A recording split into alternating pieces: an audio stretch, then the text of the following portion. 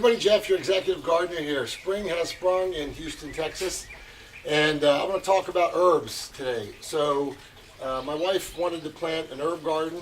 Mostly last year I focused on vegetables, fruits, and those type of things. This year we're focusing on an herb garden, so I'm going to show you what I did. I'm going to make this a quick video, show you how to do it, and make it easy for you. So if you look at my previous video, you know that I had a 36 tray cell.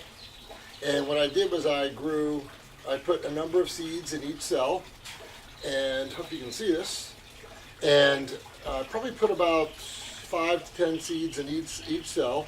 And what I did was I weeded out the strongest herb that was in each, 1 or 2, and then I replanted them. As you see, I still have some pepper seeds, which aren't herbs, but they're in here that I need to get out, and some other things, but I just transplanted them.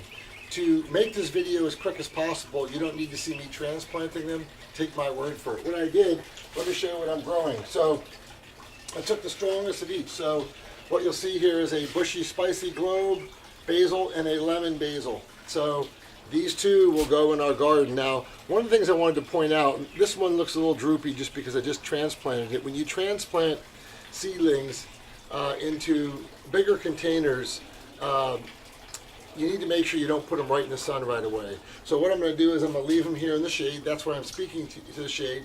They'll get over the transplant shock probably in a day, and they'll be back to normal.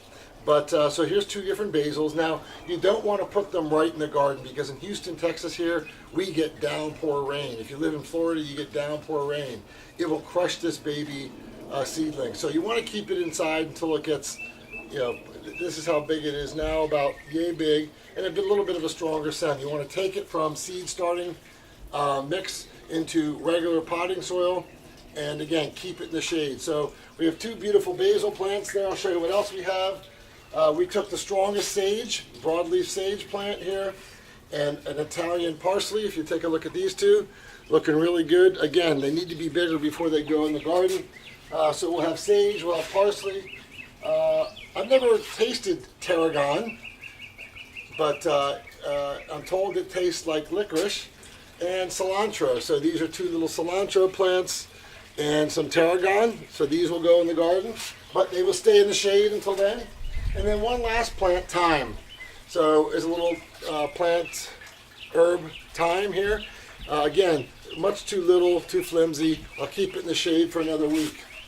Anyway, we'll have the herb garden here shortly, but again, best thing, my advice, start it in this 36 tray cell, keep the strongest 1 or 2, transplant, keep them in the shade, and then once, I'd say probably a week or 2, we'll be able to transplant this in the garden.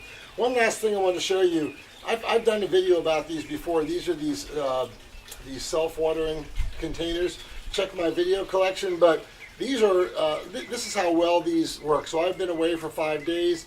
You fill the cork, the reservoir up, put the cork in, and look how beautiful. These are all F1 patio tomatoes, which I will give to friends. They only get to be about 8 inches high, and they just get loaded with tomatoes. But I've done a previous video on this, but I want you to check it out. So that's what's going on here in spring. I've got other things to do. I'll share you with other videos, but this is our herb garden. This is a quick way to start herbs.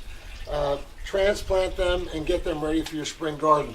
Thanks for joining me on the Executive Gardener channel. Have a great week.